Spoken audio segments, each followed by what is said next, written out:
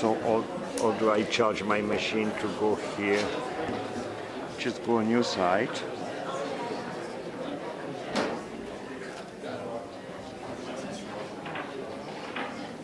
Yeah. It's okay. Okay, fantastic. Perfect. You can start anytime.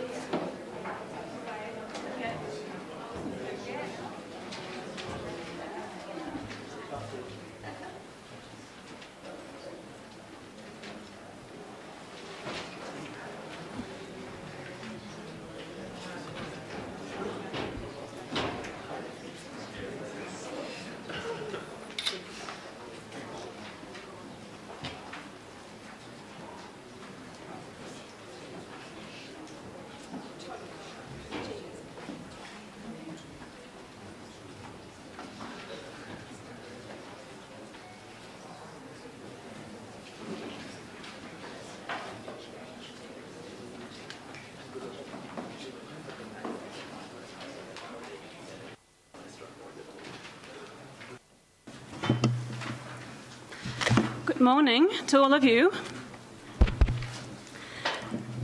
I'd like to warmly welcome you to this side event on torture and corruption on behalf of Dignity, the Danish Institute Against Torture. I'm Therese Reiter, the Legal Director of Dignity, and let me start by saying that we're very pleased and very thankful to co-host this side event with the Special Rapporteur on torture on the occasion of the launch of his report on torture and corruption to the Human Rights Council yesterday. I would also like to thank our co-sponsors, the permanent missions of Denmark and of Switzerland, for their generous support and for their commitment generally to this very important issue. We are also very honored and grateful to be able to present to you a panel of distinguished experts who have been researching and monitoring corruption and torture at close range. So we are all very excited about what this panel will deliver. I should mention, as you can see, that we will be webcasting this event because there's a lot of competition today, and we also have partners across the globe who are interested in this event. So it's being filmed, and it will be uploaded at Dignity's web channel. Now, during this side event, we will be identifying and discussing the everyday manifestations of torture and corruption, be it in poor urban neighborhoods, be it in places of detention. Secondly, we will also reflect on how torture breeds corruption, and in turn, how corruption breeds torture, and we will seek to identify the root causes that underlie these phenomena. And finally, I hope that with the competent advice of our panel, we will be able to offer recommendations on how best to protect against torture in the context of corruption. Now, turning to our co-sponsor and our, I would say, long-standing partner in the fight against torture, namely Denmark, it is no secret that the international struggle against torture lies at the very core of Danish foreign policy. In fact, Denmark has been the lead state, drafting and tabling resolutions at the United Nations for decades now.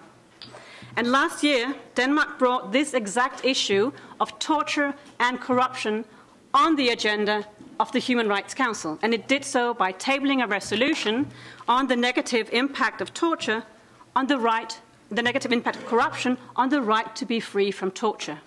So this is an issue which in recent years has been high on the political agenda. Therefore, it gives me great pleasure to invite the Deputy Representative of Denmark's UN mission here in Geneva, Ms. Lone Thorup, to make the opening address. Please. Thank you very much. Excellencies, colleagues, ladies and gentlemen, it's a pleasure to be here today and having the honor of doing the opening remarks. As Mr. Rytter has just noted, Denmark and Dignity has a close cooperation on the fight against torture, and we are therefore happy to be co-sponsoring this event. It's well known that the fight against torture is a top priority for Denmark. We sponsor the Omnibus Resolution against torture in the General Assembly, the thematic torture resolutions in the Human Rights Council, and the renewals of the mandate of the Special Rapporteur on torture. During our membership of the Council, we will continue to have fight against torture as a top priority. However, Denmark can only do as much by ourselves. Eradicating torture and ill treatment require active engagement from all actors, state, civil society, and experts. This event is a good example of engagement and cooperation between actors. When Denmark presented the 2018 thematic resolution on torture and corruption, it was to a high extent based on the initial findings by experts working in the field. Now, a year later, the resolution has catalyzed a report from the Special Rapporteur examining the nexus and lining up a number of very specific recommendations to states. This circle of interactions between stakeholders is essential to avoid dead letters. It's extremely important to ensure follow-up on the normative work. Resolutions need a life after adoption. The engagement of state actors is of course crucial. That's why Denmark is also engaged in the Convention Against Torture Initiative, the CTI. I guess many of you know of this initiative. The CTI is another way of following up and giving life to the letters. By taking a constructive approach of government-to-government cooperation, the CTI inspires and motivates states to ratify and implement the UNCAD. In fact, this CTI was launched in 2014. 11 states have ratified UNCAD. Turning to the theme of today's discussion, please allow me to share a few observations from the negotiation of last year's resolution. In essence, the correlation between the corruption and torture relates to the fundamental role rule of law and good governance play in torture prevention.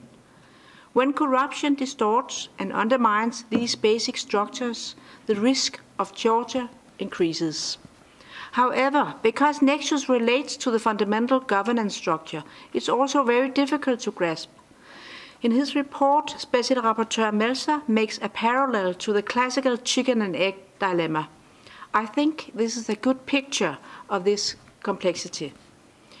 During the negotiation, the question of causality between corruption and torture that gave rise to concern among states. I'm therefore very happy that the report from the Special Rapporteur contributes to shedding light on this. On that note, I would like to finish by thanking Dignity for organizing this event, which can help us shed light on this topic. And also thanks to the panelists for being here to share your insights. And I'm sure we can all learn a lot. I thank you for your attention, and I look forward for our discussion. Thank you.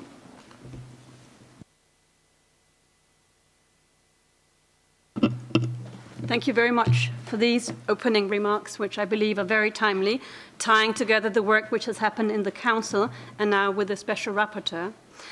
I'd like to add one comment, which is, I think, quite crucially, the resolution of last year really cements the correlation between the levels of corruption within a state and the prevalence of torture. This has really been one of the key things mentioned.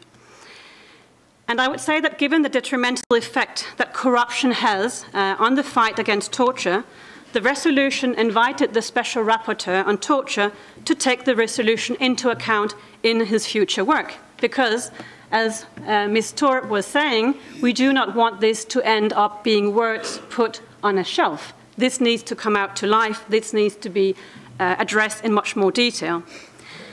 Now, the mandate of the Special Rapporteur has actually long recognized that corrupt and malfunctioning justice systems is a root cause to torture and ill treatment, particularly when it comes to detainees. And I would say that the Special Rapporteur was very quick at picking up this invitation in the resolution and devoting his thematic report this year to the very issue of torture and corruption, examining the relationship between the two. In his brand new report, he researches corruption-related torture in a very wide range of settings. I will not reveal too much, but initially I would say that before the focus has been much more narrow, so he broadens out the focus, he maps the most common patterns of causality, and finally he addresses the root causes. So we're talking here about quite a significant report and a significant contribution to our understanding of the issue.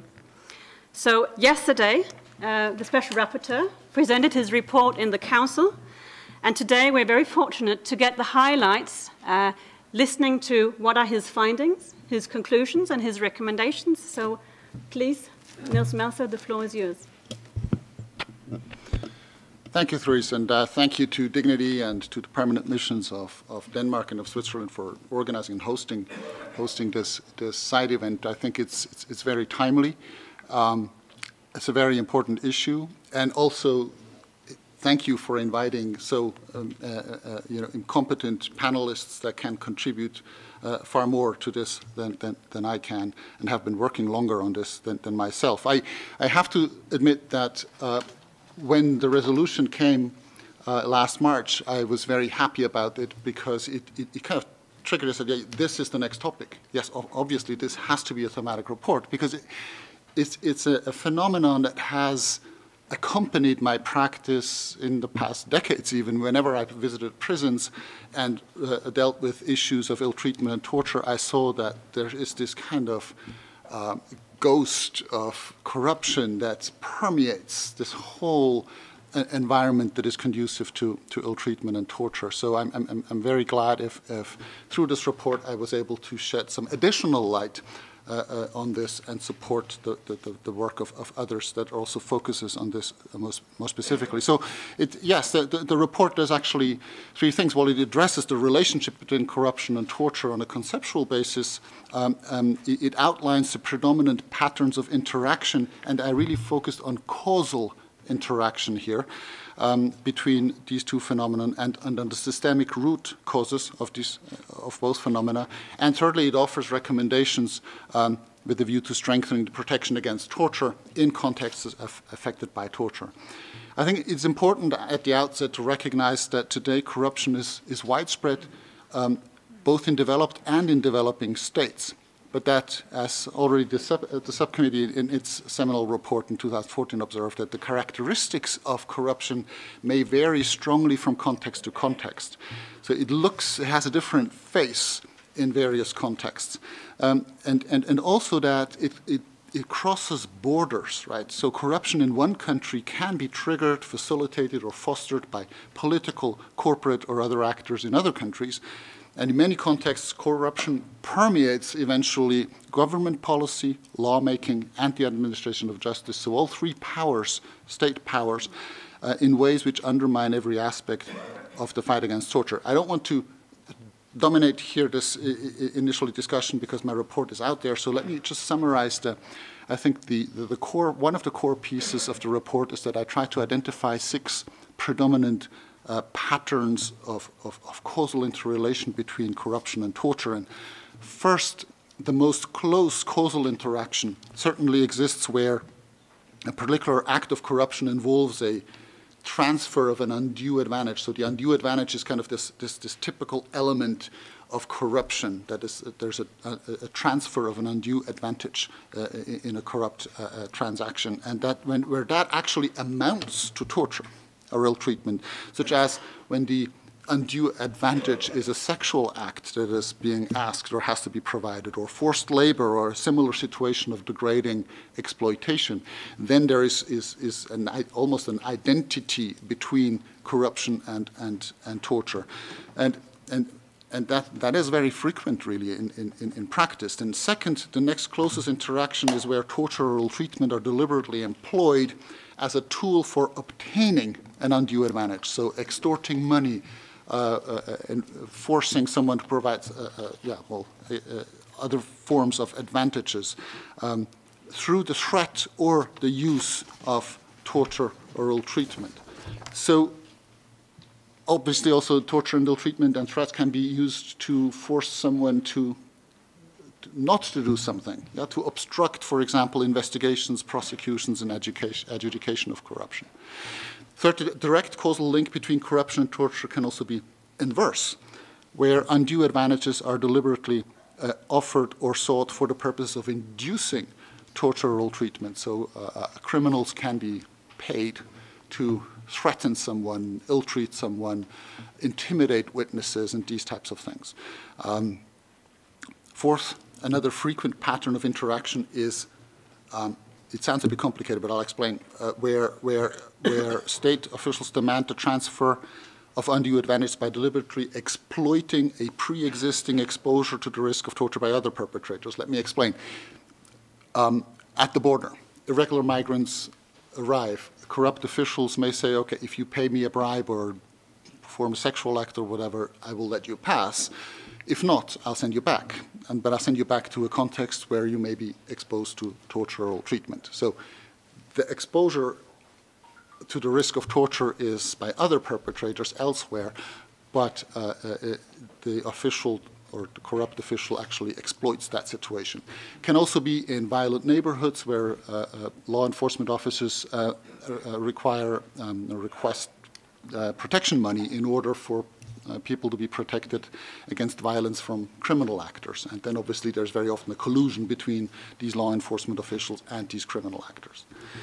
So that is a pattern. Then fifth is where corrupt practices do not deliberately aim to inflict pain and suffering, but foreseeably have that consequence. So very frequent that prison authorities are deviating part of the budget intended for the prisoners, for food, medication, and so on. And so they go into the pocket of some officials, and it reduces, obviously downgrades then the conditions of detention to levels that may be inhumane. That is not the purpose of the corrupt act, but it is the foreseeable consequence of it.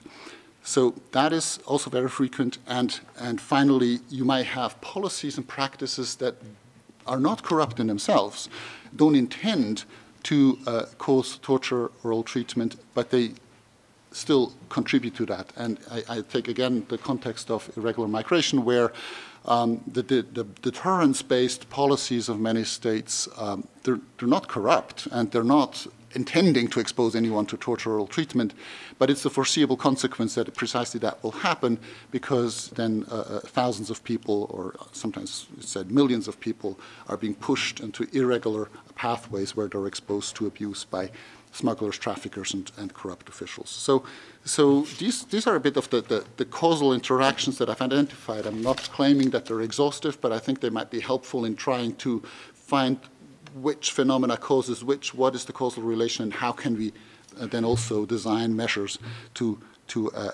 address these problems. I think one more element that is important to mention is that there's a common kind of misperception that corruption and torture and ill treatment is kind of an individual offense. Well, it is, but the root causes for both corruption and torture cannot be isolated in most cases as the misbehavior on the part of a few bad apples, right? But it's almost always to be found in a broader failure of the surrounding governance system to prevent abuse of power through effective checks and balances. So it's a systemic and intertwined nature of these two abusive practices that is important to be aware of when we combat corruption and torture. So based on these observations, and very briefly, my main recommendations obviously is that first of all states ratify the international instruments that prohibit torture, UN Convention Against Torture, the optional protocol, the UN Convention Against Corruption, and other universal and regional instruments, including soft law instruments, obviously. Secondly, that states should adopt and express a clear political will by adopting zero-tolerance policies with regard to both torture and corruption. That's the starting point. And from there, that states should proactively integrate anti-torture and anti-corruption policies and practices. So in trying to eradicate torture, they should also address corruption, and the other way around. So this is a common joint, basically, effort. Fourthly, and in practice very important and linked to the optional protocol, obviously in the case of the subcommittee, is that we have to have independent monitoring. And very important in national institutions that are independent, that are well-resourced, and that can actually take measures and initiate procedures whenever they come across cases of torture and corruption. And clearly states should in their activities focus on specific areas that are particularly prone to torture and ill treatment and to corruption. And my report lists various contexts that I can also discuss later on in our setting here. And finally, I think it would be important for the Council to establish a specific mandate for a special procedures mandate for not only torture and corruption, but corruption and its impact on human rights more generally. I'm generally against proliferating mandates, but I think here we have something that has a transversal, generic importance for all human rights, and it could help to mainstream this and bring this to general attention within the United Nations. I'd like to stop here and obviously engage afterwards in a discussion. Thank you very much. Well, thank you very much to you for a very succinct and concise presentation of really what is the key messages in your report. I should say that there are copies of the report outside for those of you who want to indulge in the very interesting details of the report. I'd also like to say that this report actually is a very significant contribution to our understanding of the issue and of how torture and corruption interrelate. I think this typology of the 6 different ways in which these relate is something which is new, and it's something which certainly will inspire research. I know that from our own researchers, and it's something which definitely also will be helpful in guiding interventions in the field. So thank you very much for taking up that challenge, which was given back in 2018. I would also like to mention, as you can see, I have another cap on, which is the CPT. They're not present here today, but I'd like to say that the report of the Special Rapporteur has already had attention beyond the United Nations, namely in the Council of Europe. And yesterday, at the presentation of the report, the chairperson a message was delivered by the chairperson of the CPT, which is the anti-torture body of the Council of Europe, together with the chairperson of the GRECO, which is the anti-corruption body of the Council of Europe. So this report resonates much beyond the circles here in Geneva.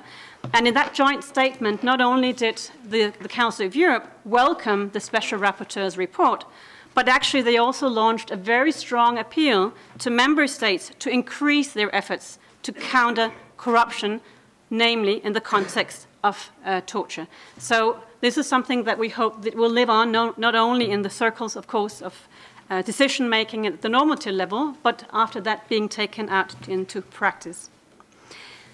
Now, moving from one UN anti-torture body to the next UN anti-torture body, I'd like to emphasize that the UN Subcommittee on the Prevention of Torture, the SPT, is without any comparison the UN treaty body that has made the most profound analysis of the relation between torture and corruption in the context of deprivation of liberty. So we're not talking about the broad scope, but we're talking about narrowing down to places of detention. And during its many visits to states, the SPT has studied the practice of torture and corruption as they intertwine in police stations, in pre-trial detention centres, and in prisons in many countries worldwide, and they have found that the level of corruption impacts directly on the level of torture. And as a result of that recognition, the SPT, in fact, devoted its annual report in 2014 to this very issue. Now, that is already 5 years ago, and a lot of things have happened since. Unfortunately, not all state reports are public, but I still hope, and I'm quite convinced, that the chairperson of the SPT will be able to give us a flavor of the more recent findings, still respecting the principle of confidentiality. So I'm very happy to give the floor to the chairperson of the SPT, Professor Malcolm Evans.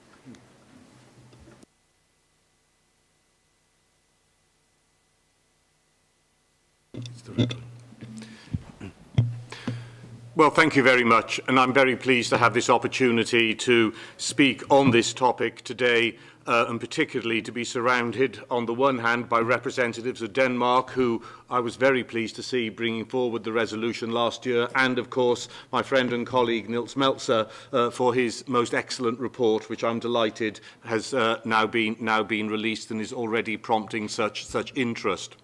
This is, of course, a hugely important subject.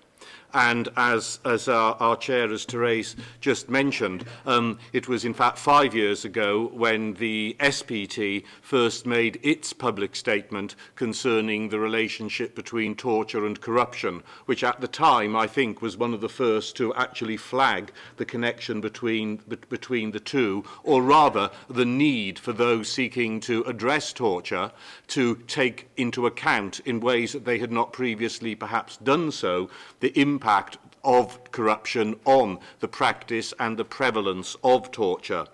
I have to say I was struck in your introduction, if I may say, by your saying that at the time of the resolution some questioned the causal link between corruption and torture. Well, I can see that from one perspective.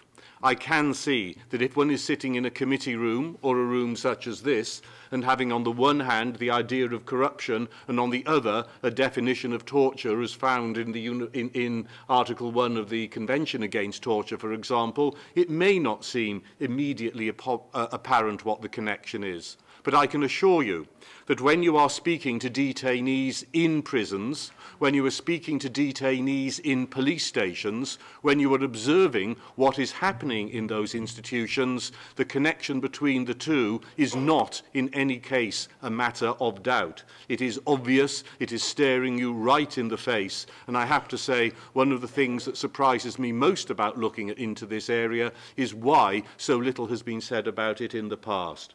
Without doubt, it is one of the key drivers of ill treatment in many detention settings today. And the answer, for once, is, I think, disarmingly simple. If one steps back for a moment, what does one see? What corruption actually does is create lawless spaces.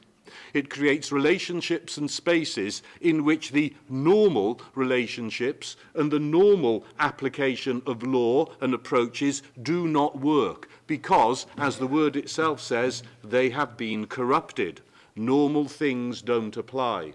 And in situations where normal things don't apply, power relationships step in and dominate. And in prison settings and detention settings, when there are so obviously enormous power imbalances between persons concerned, and, as the Special Rapporteur's report points out, one of the key drivers of a definition of torture relates to powerlessness, it is obvious that that creates a context in which it is more likely that torture and ill treatment can happen. And from a preventive point of view, therefore, one of the key elements of any preventive strategy ought to be reducing such spaces, which means trying to address and trying to tackle corruption. Corruption creates the circumstances, the environment in which torture and ill treatment can happen.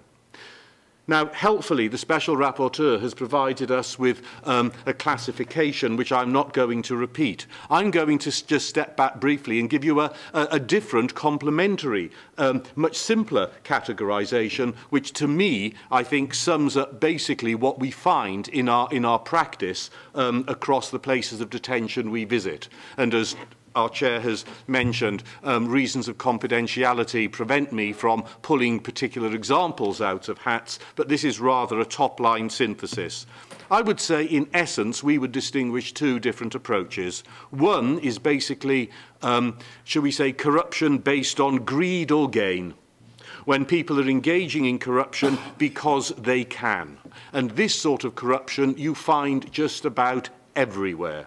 I can hardly think of a country in the world in which corruption based on the desire of some for greed or gain doesn't permeate or at least intrude into the operation of detention settings.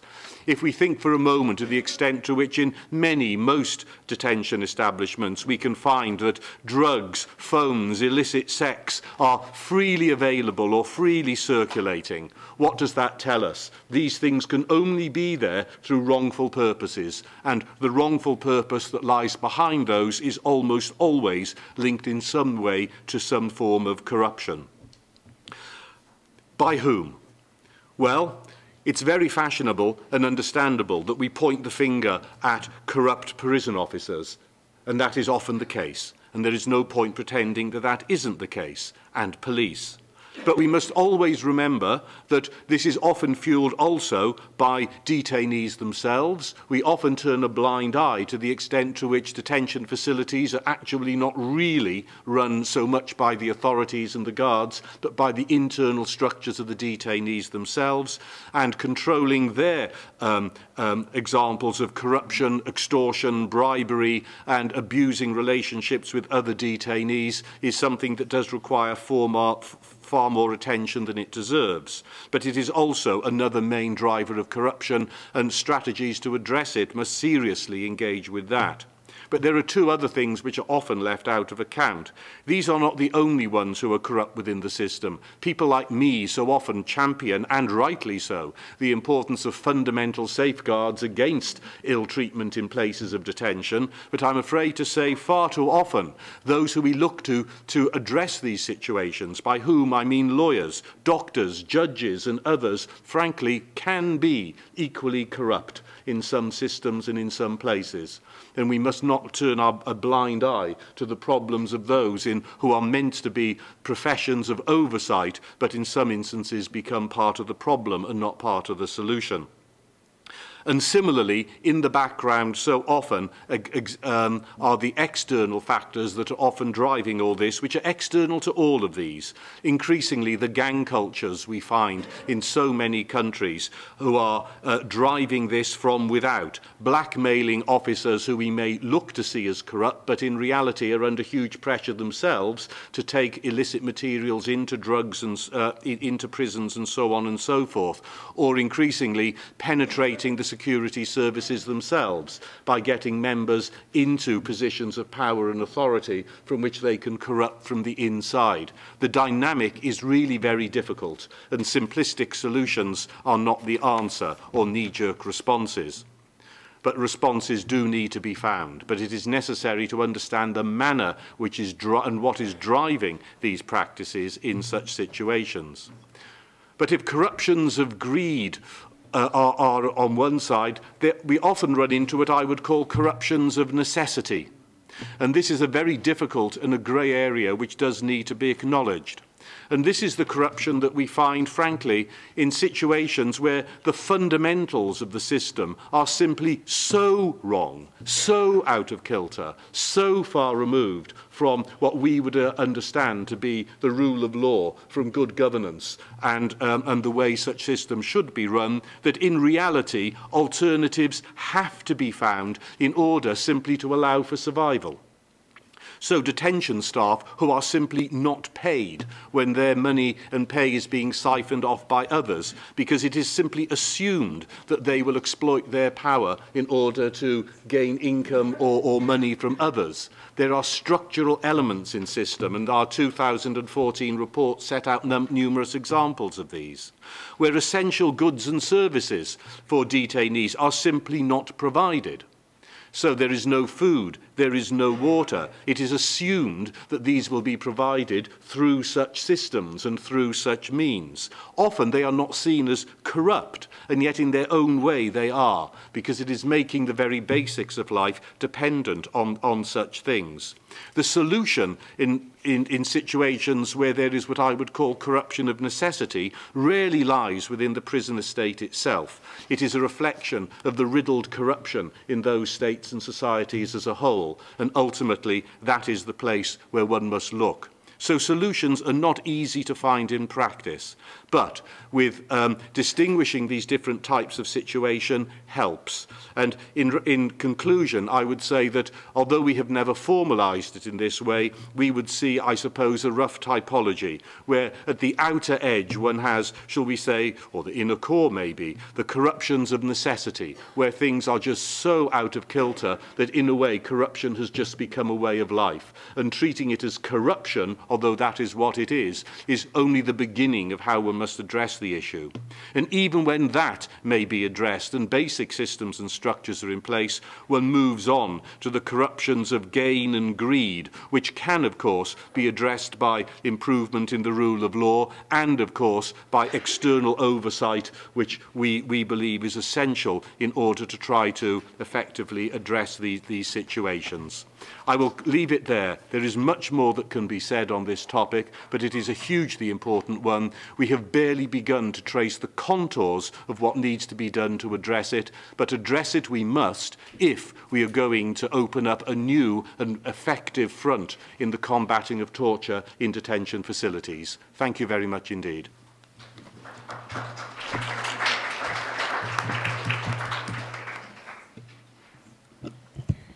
Thank you very much, Malcolm Evans, for these grand words and also for giving us the insight into the most recent developments of your mandate. Your definition of corruption and distinguishing between necessity and greed prompts me also to flag another definition or another distinction which we've seen in literature, namely the distinction between petty corruption and grand corruption. This is also two different definitions that are addressed in the report of the Special Rapporteur. The petty corruption being the everyday corruption that takes place, be it in a prison setting between the prison officer and the detainee to get food, water, medicine, as you alluded to, or the grand corruption, which is the systemic corruption that takes place at the governance level. So it's something which is, one would say, anchored into the system as such, and it penetrates the judiciary, it penetrates the executive and the parliament. So these are two very different categories of corruption, which often we see also intertwine. Now, again, we will be moving now from the context of places of detention, custodial settings, into the context of poor urban neighborhoods. And I'm very proud to present our next speaker, who is a senior researcher at Dignity and Professor Steffen Jensen from Aalborg University, who has led a research project that has analyzed the interrelatedness between torture and corruption in 4 countries in the Global South. This is the result of the research, and the quick ones of you can find copies outside, and there's a whole pile of them. The research is under the title of Torture and Corruption, Violent Exchange and Policing the Urban Poor. And as the title alludes to, the focus is not only on torture, but also on violence more broadly. And it's on, one could say, the exchanges that take place between the police and those who are policed.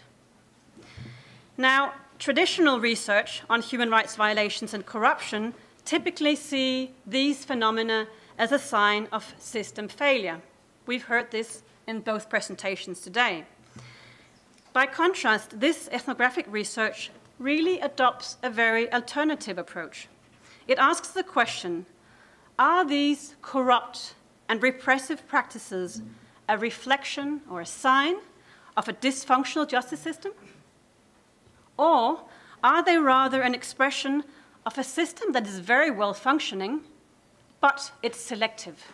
So it does not provide justice for all, but it provides justice for the few. And these systems having their internal logic that disproportionately affects the poor and the vulnerable. So that is the key question, amongst others, which were addressed in this research. So with these introductory words, I'm very pleased to give the floor to Professor Steffen Jensen, please. Thanks, Therese, for the kind words of introduction. And it is really a true honor for me to be here. We've been working in this field for some time now, and it's great to see how our thoughts resonate with the thinking of the anti-torture world more generally, both the Special Rapporteur and the SBT. I'm especially grateful to the Special Rapporteur. It's an impressive piece of work that you've carried out, and we at Dignity are happy to have contributed in the process.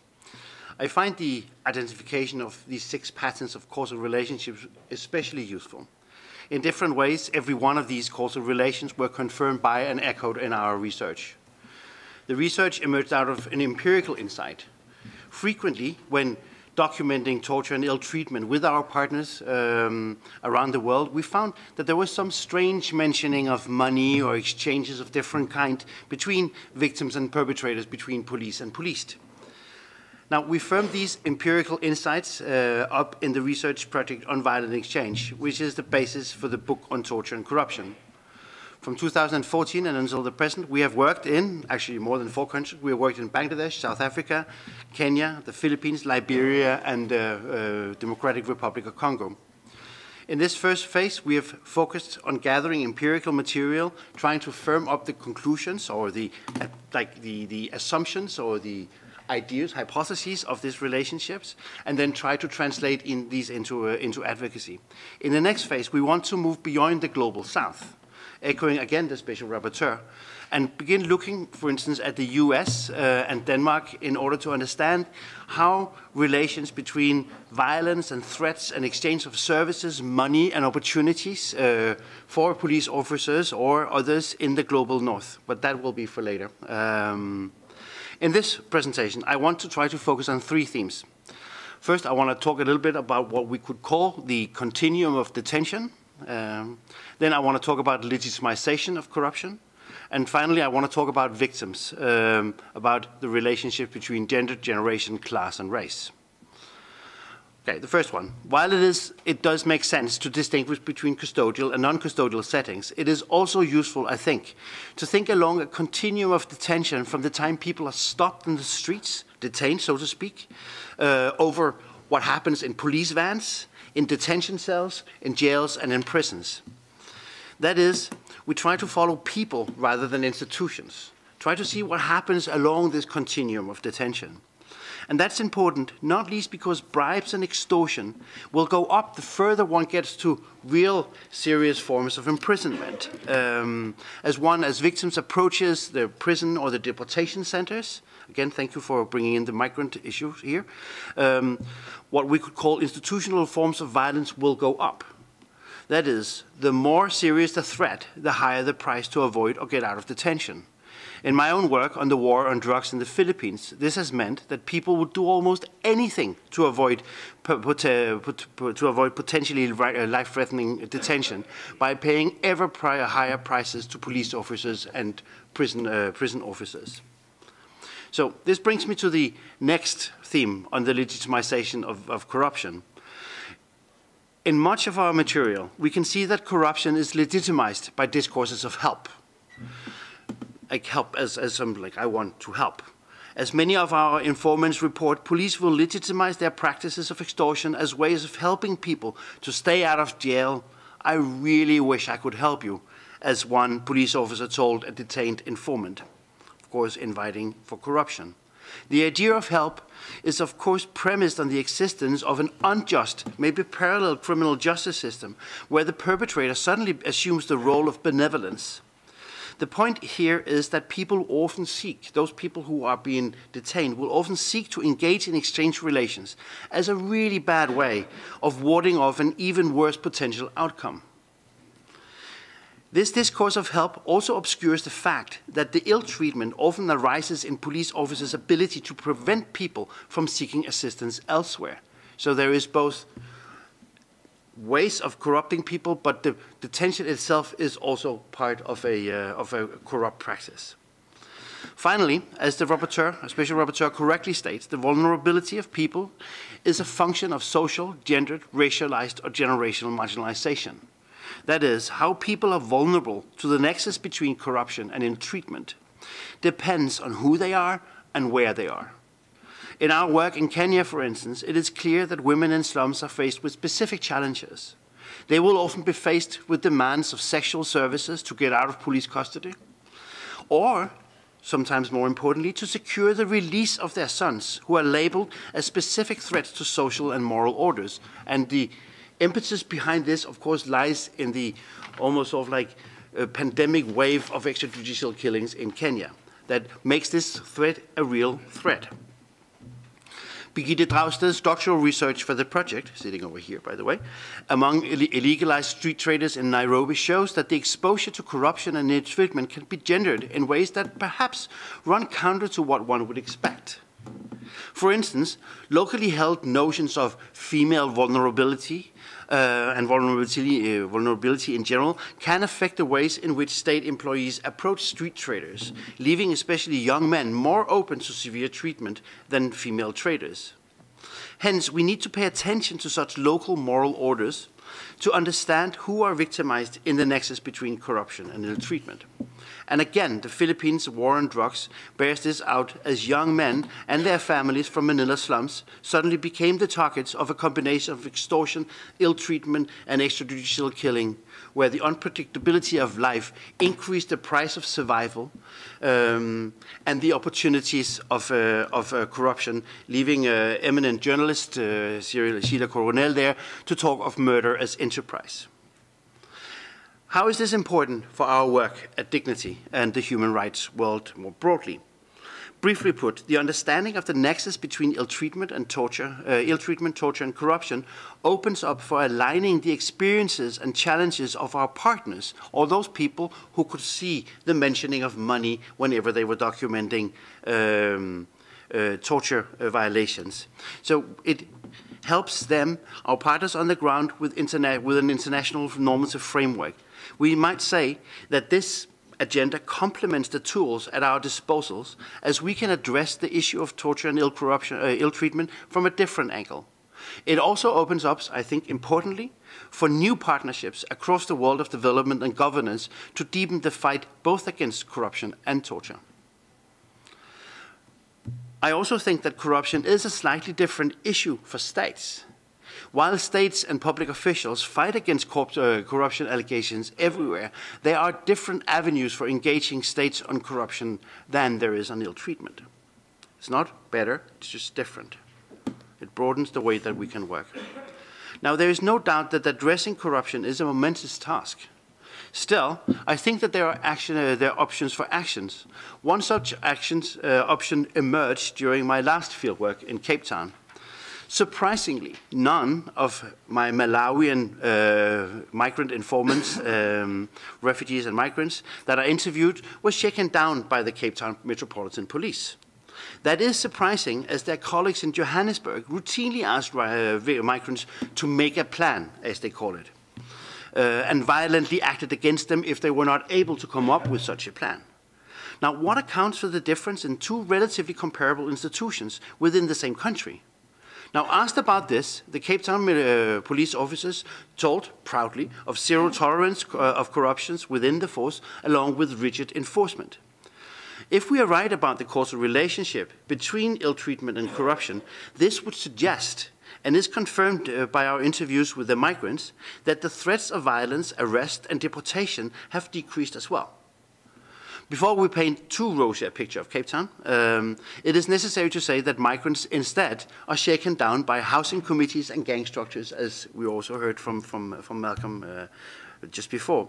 Regardlessly, the conclusion to be drawn from this is that we need more research into the specifics of different contexts, but also, more importantly, that we are already now armed with a new set of questions, new set of lines of inquiry, embedded within a strong global normative framework.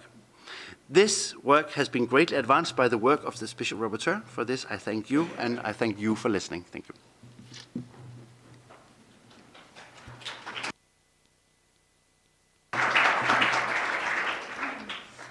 Thank you very much, Stefan, for these insights into your research, and thank you for making the important point that the victims of both torture and corruption are not just anyone. These are often the poor, the marginalized, the women, the immigrants. And this is something which I think is really crucial to keep in mind, and it's something which has also been reflected in the work both of the SPT and the Special Rapporteur. I'd like to mention one other comment which is sort of below the radar, but just below the surface popping up, and that is that the nexus between torture and corruption, which is a poisonous one, is not one that is unaccompanied. Quite often we see a vicious triangle with the third part of this triangle being impunity. So yes, for torture acts there is impunity, but even more so for corruption. And this is something that is also addressed in the Special Rapporteur's report, that what we see is that many prosecutions at the individual level do not lead to much. And I would say in most cases, the prosecution does not take place. So often the investigation is closed very quickly. So impunity is really a part of this very poisonous equation. Now, I have the pleasure of introducing our final panelist, Mr. Ahmed Mefreh, who is the Executive Director of the Committee for Justice in Egypt. The Committee for Justice is a human rights organization that documents torture, arbitrary detention, enforced disappearances, and other human rights violations in the Middle East and North Africa. In 2016, it established the Detention Watch Project in Egypt, and last year it undertook a study on the prevalence of torture and corruption in criminal proceedings and in places of detention inside Egypt. Based on the monitoring of hundreds of military trials and placements in detention, the committee was able to document how corruption and torture penetrates the military judicial system in Egypt. Now this, as you can imagine, is an extremely courageous piece of work where people put their lives out there. So I'm really very honored to now give the floor to our final speaker, Mr. Ahmed Mefreh. Please. Thank you very much. Ladies and gentlemen, actually I will speak about the 5-star services in Egypt detention centers. And you can imagine about how this 5-star service is happening in Egypt detention centers. The beginning of the story of Egypt of 5-star services in Egypt detention center is beginning by Major General Zakaria Al-Ghamri, Assistant Minister of Interior for Prisons, when he said in 19 September 2018 that some prisoners make a monthly profit from 3,000 to 6,000 Egyptian pound, approximately $160 to $340. And that prisons enjoy hospitals and services, in a reference that Egyptian prisons have a 5-star services. Actually, while stating that any prison in Egypt might deliver a 5-star services is simply not matched by reality given the dramatic conditions of detentions offered by the Egyptian system. The qualification of a 5-star services is not in relation to what a prisoner receives, but in relation to what a prisoner pays in bribes. Since 2013, bribery and corruption in prisons and detention centers have reached a systematic level. This trend followed the decline in the economic conditions in the country. For every Egyptian detainee, offering bribes is a fundamental tool to access services that should be secured as a part of every detainee's right. May this be in relation to their rights connected to the judicial proceedings, or those in relation to their rights in detention conditions.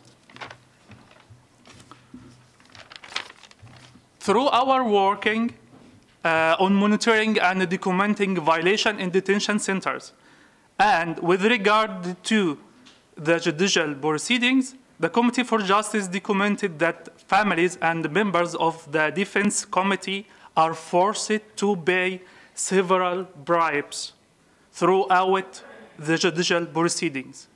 As an example, through our work on monitoring and documenting military trials of civilians in Egypt between July 2013 and end of December 2018, we have covered this number of cases against civilian in Egypt, military trials against civilian in Egypt. More than 560 cases refer to military trial, more than 130 cases where an appeal was rejected in front of military trial, more than 30 cases where an appeal was approved in the front of military trial, more than 140 cases under review by the Supreme Military Court of Appeals. Through our work on these files and in these cases, CFJ reached the conclusion that there is a systematic corruption within the military judicial system, whereby the lawyers are forced to pay a large amount of money in order to access the case file. This amount ranges from $50 up to $11,000 per one case. And the estimation of such amount has no specific standards, being just up to the personal estimations of the court's chief. When the lawyers trying to filing an appeal at a level of military court ruling, they are forced to pay illegal money to be allowed to file the appeal and set a date for a hearing. Such amount, we find that such amount is range from $100 to $500, such for applying the appeal and date for hearing in front of military court. With regard to cases of enforced disappearances, families as well as lawyers are forced to pay bribes to different individuals inside police stations and other locations affiliated with the Ministry of Interior, just to get information on detainees.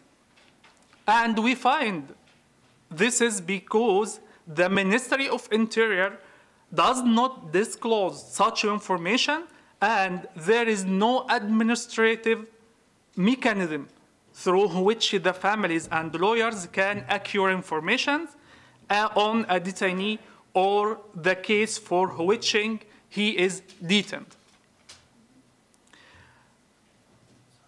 In cases of enforced disappearances, we find that large amount of money are requested, sometimes amounting families paying $1,150 just to know where the is relevant or his brother or his father detained, just to acquire where he is about.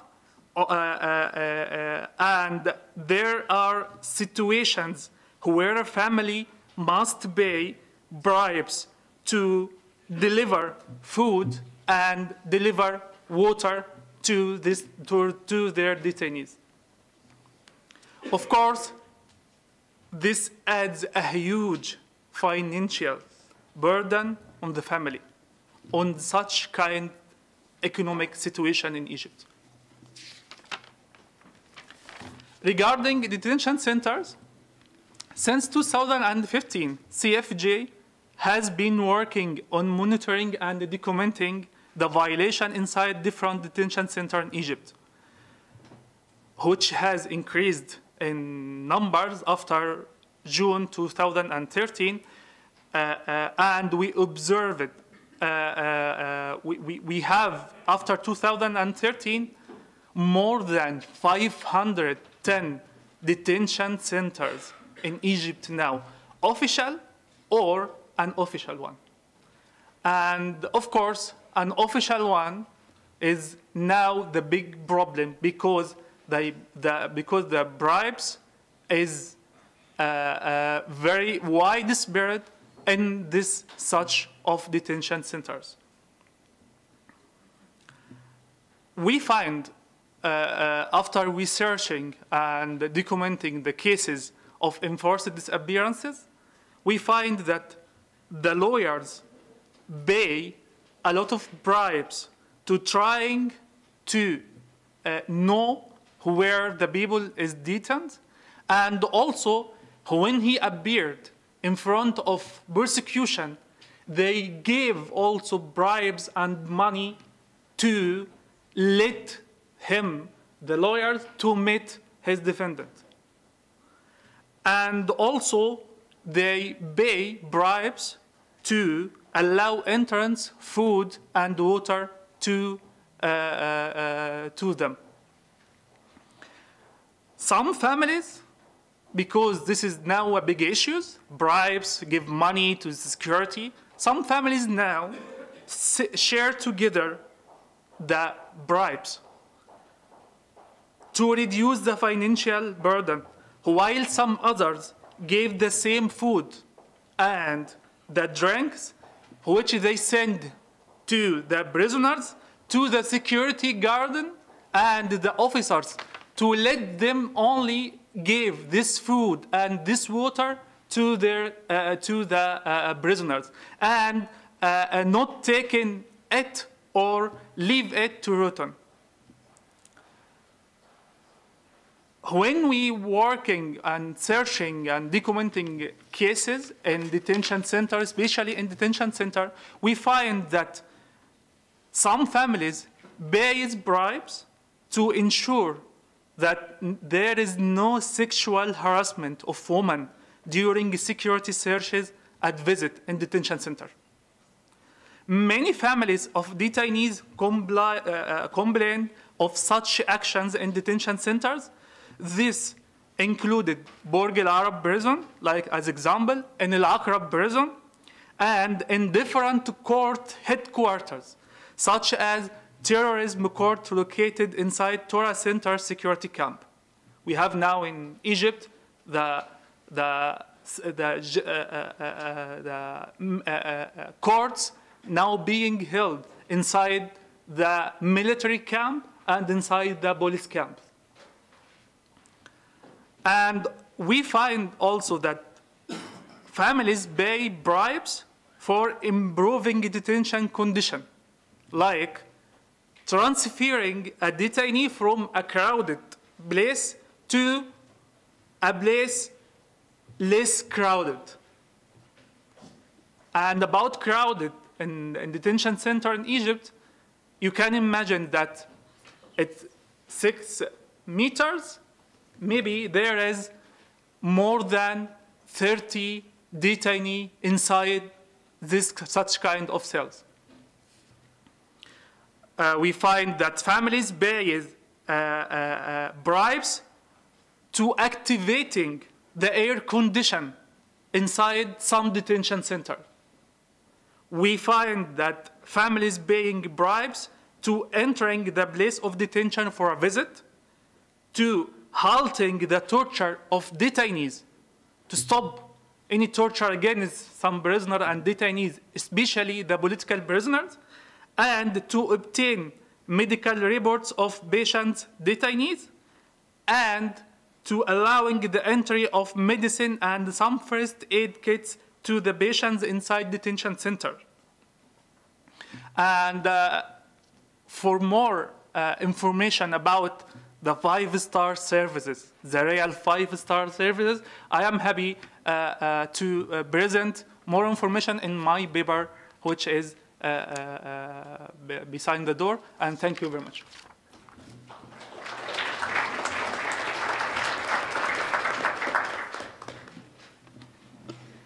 Well, I think the thanks goes to you. Thank you very much for this very important piece of research, which really shows how very basic elements of the right to a fair trial or the right to human treatment are in fact not rights, but commodities.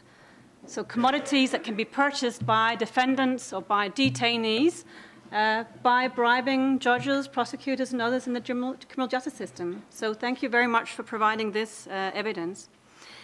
Now, I would like to thank all of our 4 speakers, and I would also like to open the floor for comments and questions. I kindly ask you to introduce yourself, to introduce your organization, and to use the micros, and please be brief. And before I open the floor, I'd like to make one announcement, which is that, as I mentioned initially, we are broadcasting this event. This event has now gone to Al Jazeera, so some of you might want to be mindful of that. Thank you very much. So please, those of you who wish to come with comments or who have questions. Yes, Barbara, please. Thank you. Thank you to all the panelists for the very interesting presentation. My name is Barbara Burnett. I'm the Secretary General of the Association for the Prevention of Torture. I think the presentations were very interesting in deepening the understanding of the causes and the interrelation between corruption and torture. It provides a very interesting conceptual and analytical framework. And we all agree that the main causes for both torture and corruption is abuse of power. So it's very important to break this imbalance of power through external supervision, and we welcome the recommendations to increase monitoring and oversight, including by national preventive mechanisms. However, we work with national preventive mechanisms, and the fact that they can enter and monitor the situation is not enough. And now they come to us and say, okay, and what do we do next? So can we go a bit deeper after this interesting mapping and analysis in where to start? Where should we tackle first the petty corruption, the grand corruption, more transparency, more access to safeguards, but there are problems, as mentioned by Malcolm, or more on the prison system itself. So if we can be just a bit more concrete below the conceptual analysis and come with some, at least, priorities of where to start. Thank you. Thank you very much for this initial question. If there are more questions, we'll take a couple before we give the floor back to the panel. No. All right, so there's one over there. Okay, please. So it's Mohammed Sameh from ECRF, the Egyptian Commission for Rights and Freedoms. First of all, I would like to thank everyone on the panel. Congratulate you all for your work. I have a couple of questions, actually. One of them to Mr. Special Rapporteur, Nils Melz. So, in view of what has been raised also from my colleague, Ahmed Mifrah, when could we expect your visit to Egypt? And the second question to Dr. Stefan Jensen, the urban relevance of the study. That was very interesting, as more geographic than vectorial. So if you could elaborate more on that, please. Thank you. Thank you very much for these 2 questions. I'll give the floor back to the panel, and I believe primarily to begin with, the Special Rapporteur. Yes, thank you very much. Let me just start with my mandate has made a request to conduct an official visit to Egypt, so this is pending. It has not been accepted for the time being. I personally believe it would be certainly an important visit to conduct. On the question of, well, where do we start? Yes, I mean, I think that this is just, this whole interrelation of corruption and torture really is not something, there's just not a silver bullet.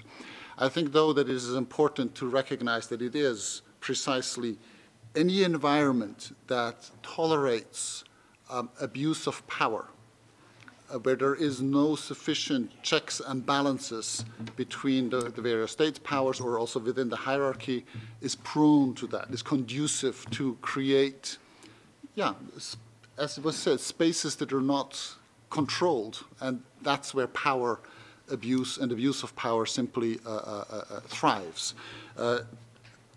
I believe in terms of monitoring, it is important that we empower our monitoring mechanisms not only to monitor and to report, but to report publicly, to exchange information with reporting mechanisms or monitoring mechanisms that are concerned with corruption corruption, so vice versa, but also to consider to what extent we could empower them to actually initiate proceedings based on their findings. And so it's extremely important to resource them, to staff them sufficiently, and to provide them with independence so they can actually initiate proceedings, that judicial proceedings as well, both on the national and the international level. But as you said, there's no silver bullet.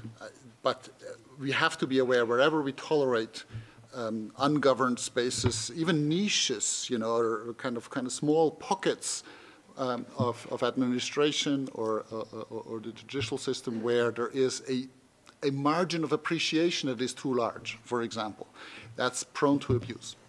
We have to know that. Thank you. Thank you very much. And now I'd like to give the floor to Malcolm Evans.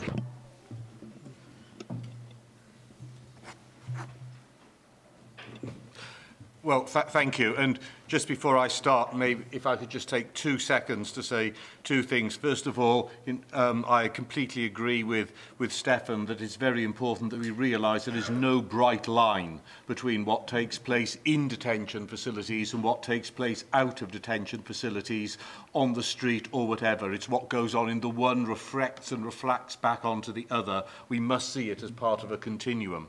And very briefly, also in relation to what Ahmed was saying, everything you say is, of course, shocking, but I have to say nothing that you said, based on our experiences in many countries around the world, is surprising.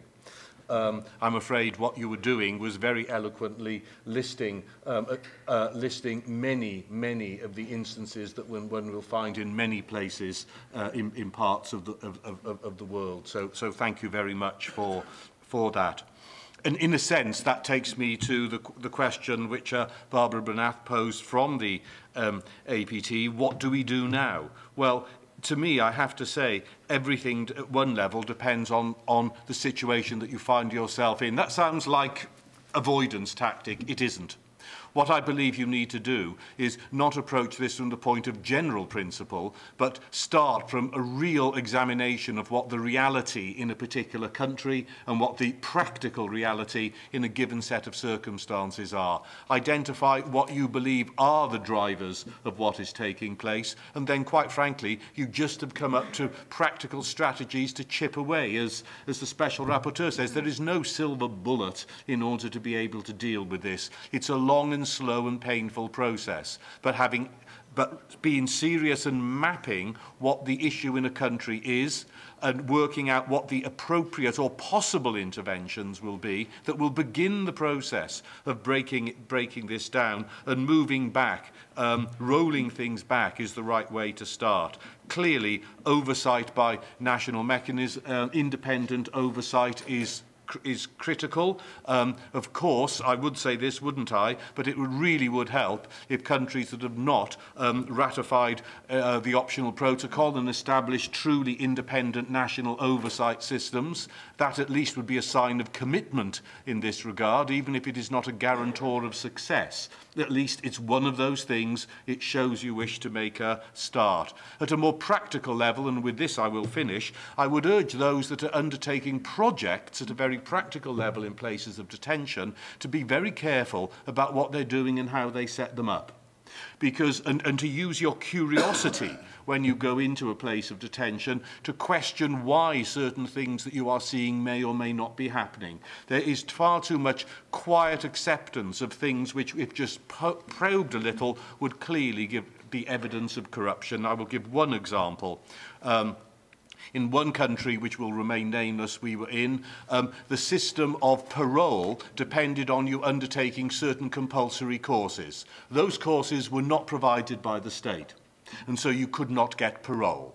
And so NGOs helpfully stepped in to offer those courses, and they thought that was a great step forward. It was but only to a point, because many of the detainees said all it had done was increase the opportunity for corruption because the amount of money that you had to pay to get on the courses. And when there were no courses, they could at least challenge the fact of their parole because there were no courses, and some of them were released notwithstanding. And a well-meaning intervention in a situation had actually made matters worse, not better, for the want of asking, why is it that these, on the whole, pretty well-resourced looking detainees are coming to this course and those are not able to?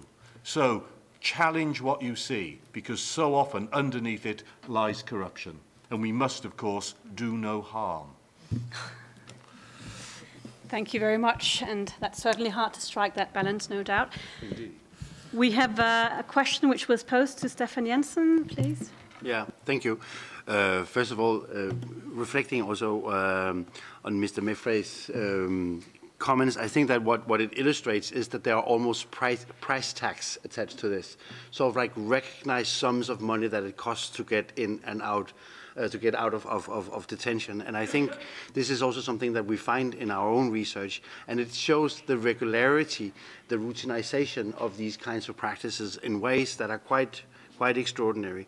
I also think that what it does is that it suggests something else, which has to do with what Malcolm talked about as the unintended consequences of intervention, is that we have to realize that in many ways, I mean, would people have preferred not to pay? So that the payment, the corruption that ensues from this, in many ways, is the only very bad solution to trying to deal with a situation of detention and possibilities of violence. So while we engage in anti-corruption, anti-torture work, we have to be very cognizant of the risks that are involved and have to be really aware that that these are not like the silver bullet, that it's not just about getting rid of corruption and then everything will turn out bright. It is that corruption is also something that people are trying to sort of like engage in themselves. We have in the book that has been mentioned, we have a situation from the Philippines where our informants are desperately trying to find someone to bribe in order to get out. So it is about these kinds of relationships that are important to understand. It's not just about sort of like corruption as something that is imposed on people. It's also something that people see as the only way out. And in the war on drugs in the Philippines at the moment, it is a life-threatening situation, and then the prices go up. I think that at the same time, that doesn't mean that we can't do anything, and I really appreciate the question of this, of what it is that we should do. And I think that our own approach to this is to try to see if we can follow people, like rather than institutions, and see how can we help people that are in these kinds of situations, regardless of whether they're inside or outside detention, but trying to find the best ways forward and not being limited by mandates of, for instance, the anti-torture movement or the corruption movement, but try to look at what it is that people are facing, which means creating these kinds of links, partnerships with other organizations that can help. I think that is one way. I also try to indicate a little bit in my presentation that there seems to be places where things are working better. I think that in that sense, the Cape Town Metropolitan Police was an example of this. And my good friend and colleague Julia Hornberger, who works on the South African police, she says that lots of things can be done at station level, which means that maybe we should try to not only focus on these grand scale forms of reform, but exactly as also Malcolm suggested, find ways that we can engage at the level that is appropriate. And I think that for instance, in South Africa at least, station level interventions is something that could work. And that could actually sort of like seriously decrease the kinds of ill treatment that we want to deal with. Now, I think that thanks, Mohammed, for the question about the urban. I think that it's actually something that was also reflected in a previous report from the Special Rapporteur about extracustodial settings of torture, and I think this is really an important area. I mean, this is something that, again, at Dignity we've been working on for some time, and it is, again, trying to figure out, like, to have this idea of who is actually being targeted by these kinds of practices, and not get caught up in assumptions about what the real torture victim looks like, often either a human rights defender, a political activist, but try to see all these everyday encounters between the police or the people in public authority and people on the street. And that will lead us to understand that these are exactly situations in which the most vulnerable will also be the ones that has to pay, that carry the highest burden of this. And I think in that sense, working with and around ideas of these local orders that is what allows local authorities to engage violently with people, I think is important. So it's about gender, sexual identities. It's about women facing different kinds of problems. Young men across the world. The fact that, like now again, the war on drugs in the Philippines is one example, but there are wars on drugs everywhere. I think that those are the kinds of things that we should start working on. Thank you very much for the responses here from the panel.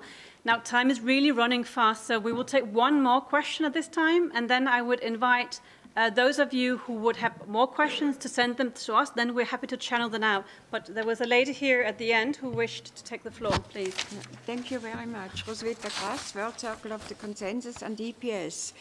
I thank you all for your wonderful work, and I would just like to mention that we are moving in a completely new era of synthesis, peace and harmony, and we are experiencing now the birth pain of a new civilization. This is a cosmic fact, as we are moving out of the age of Pisces into the new age of Aquarius, which will last for the next 2,300 years. Always when humanity changed from one age to another, the spiritual hierarchy has sent us a teacher like before Rama, Krishna, Zoroaster, Buddha, and so on. And now it is Maitreya who is the world teacher for the whole age of Aquarius. That's why he is now here. And he's also the architect for the global transformation, as well as 14 Excuse me, please. Time is really running fast. Can I ask you to just pose a question quickly? Because I wanted to ask you because actually BBC know Maitreya very well. They have interviewed him in 1990 for 6 months and promised that they will inform humanity about this historic event.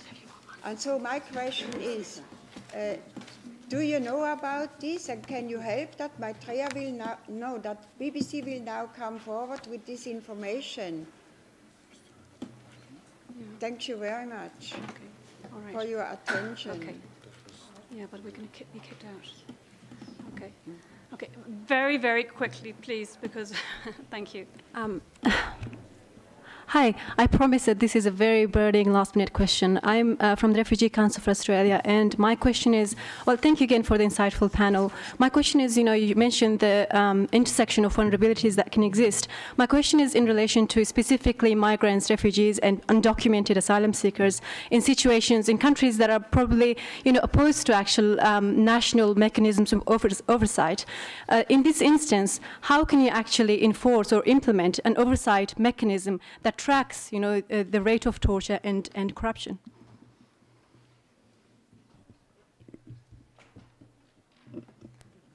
Malcolm Evans, would you like to take the first question? Very briefly, I would like to say that there is an easy solution to that, but like most things in life, there aren't. I think the key thing here, particularly in relation to situations of migration, it's always a conundrum in relation to migrants, because on the one hand, irregular migrants ought not, as a matter of policy, to be kept in detention. That should be the starting point. And of course, the moment someone is not being held in detention, it actually is a very diffuse situation that they may then be subject to corruption, bribery, and all those other things that we have heard. It is happening out there, and they are, in a sense, in a doubly vulnerable position because of their lack of legal status and indeed the lack of an easy way of exercising oversight of them. And it's a difficult balance to know how on the one hand you can, should we say, keep accurate, should we say, tracking of where they are to ensure they are not subjected to such forms of treatment without at the same time imposing unwarranted restrictions upon them while they're waiting to have their status determined. So I'm afraid there's no easy answer, but like most of these things, the real beginning of it is to identify the problem and to try to work constructively. And it probably lies with those who feel they are in the vulnerable position to encourage them to have the confidence to come forward and ask for help from the authorities. I know that's very difficult because of the experiences that they have, but it's building that trust and confidence in the migrating communities to be able to look to the authorities to help them in such instances. Not easy, I know. Thank you. Well, I'd like to thank you all very much for your questions, and my apologies that we're not able to take any more questions. Now, I would like to turn to our very final speaker and our co-sponsor, the Permanent Mission of Switzerland. Like Denmark, Switzerland has had a long history of fighting against torture, and it forms part of its foreign policy and also of its development policy. And as one of the few countries worldwide, if not the only one, Switzerland has recently adopted a comprehensive action plan against torture, which identifies exactly corruption as one of the main threats to the right to be protected from torture. So this is really a country that is at the forefront of fighting this unholy alliance between torture and corruption. And therefore, it gives me great pleasure now to give the floor to the Ambassador of Switzerland, Mr. Valentin Zellweger, for his closing remarks. Please. Thank you very much. It's always a double-edged sword to have the last word, not least because my parents always taught me don't have it. But first of all, it's a great honor to sit on a panel with such distinguished panelists, and also given their rich insights, it will be very difficult to sum it up in a few words, and I will try to be very brief. 4 points that I will take away, and one will build immediately on what you just said, that Switzerland adopted this framework. I think we're not, and this is an important point, we're not speaking about an issue that concerns only one part of the world. It does concern all our countries, including mine and probably including yours. And corruption and torture are largely structural and systemic phenomena. And I think that is really well highlighted also in the report. And Professor Evans put it very succinctly when he said corruption breeds lawless spaces. And in lawless spaces, of course, imbalanced power relationship, of course, can thrive. And that then is an important driver for torture. And we can have this in every country of the world. But we should be conscious of this systemic nature of both these phenomena. And I think many of us today have agreed that this report, which comes very timely, has also provided a very interesting conceptual framework that will, in the future, lead the discussions. Second, it is crucial to understand and acknowledge that some specific contexts are particularly prone to corruption and torture or ill treatment. For instance, extracustodial use of force, as was highlighted by Professor Jensen, or also an issue that has not been mentioned today, but that is important also in our foreign policy, private military and security companies.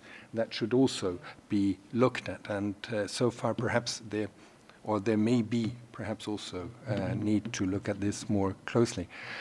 Third, and this has been highlighted several times, the importance of transparency through independent monitoring, oversight, and accountability mechanism for the prevention of torture. This importance cannot be overstated, although we all agree it's easier said than done. And as you said, there is no silver bullet, but of course, I think it's up to all of us to see how we could try to contribute to that. You mentioned judicial proceedings that could be used more often, but again, that also poses other challenges. And last but not least, we, and I address this, particularly, of course, in this context at the United Nations, we should think about ways to strengthen synergies within the United Nations on these topics and their interlinkages, and try to build bridges between Vienna and Geneva. And probably in the future, we have to see how we can cooperate more closely with some of the actors in Vienna and see whether we can really join forces.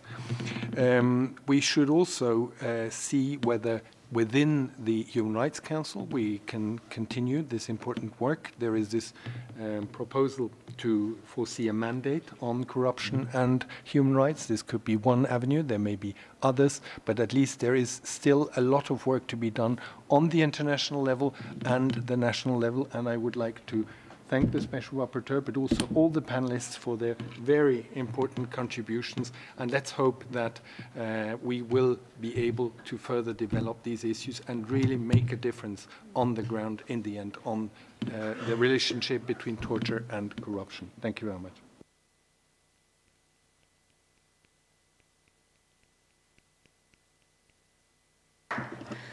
Thank you very much for this excellent and very strong closing statement. On behalf of Dignity, all that's left for me is to thank you very much for your interest and your dedication to this issue. I would like to thank our expert speakers who really enriched the discussion and created a lot of new knowledge for us, and also the two sponsors, Denmark and Switzerland. Finally, just to say it and to capture perhaps it all, I think it's important to say that we all have a role to play in the fight against torture and corruption. No matter whether we are states, no matter whether we're UN bodies or civil society, we all have a role to play, and let's make it happen, as the ambassador said. So thank you very much for your attention. Thank you.